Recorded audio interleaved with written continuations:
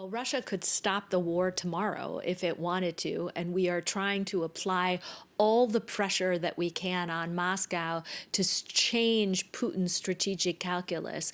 Russia is isolated. NATO is moving closer to its borders. NATO is adding new members. It is finding that its own economic indicators are getting weaker and decreasing.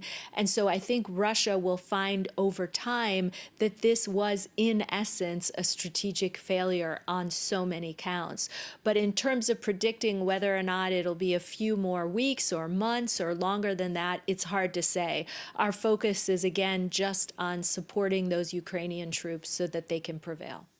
One thing we've learned is that in this conflict, progress is not linear. We sometimes see Russians gaining territory. We often see Ukrainians pushing back on Russian attempts to gain territory.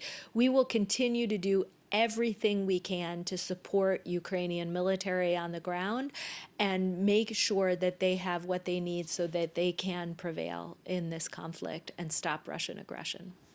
Is it possible, in your opinion, that finally conflict flows into being frozen? That is one possibility, I suppose. We have seen the Russian playbook before. In some cases, they come in and they take control, or they attempt to annex territory, as they did with Crimea, and then they try to make that annexation a reality.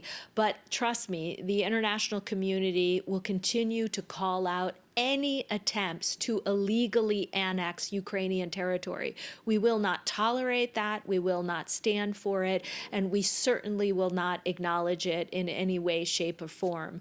We know and we believe that Russians may try to do that again in the Donbas, somewhere in the east. That's why we're talking about it now and calling out the Russians on these types of annexation attempts.